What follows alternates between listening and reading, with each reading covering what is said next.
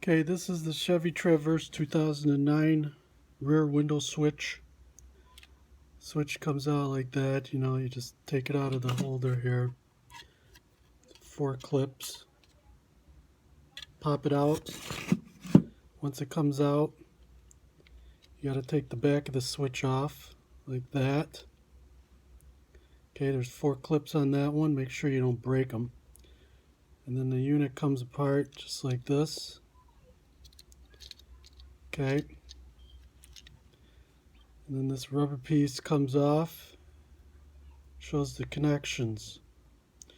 What you usually have to do is clean off these copper connections here.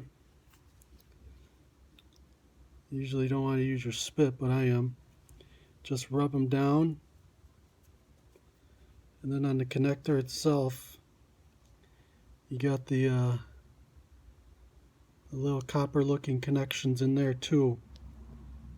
You might want to rub those down too.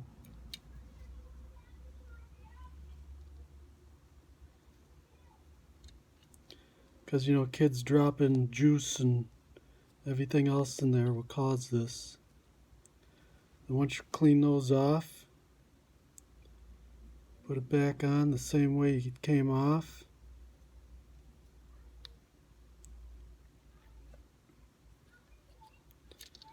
Like that. Put it back in there. Put the lid back on.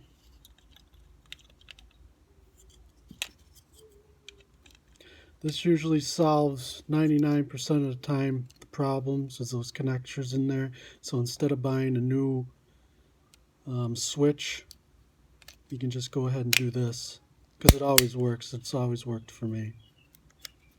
And then your switch should be fine.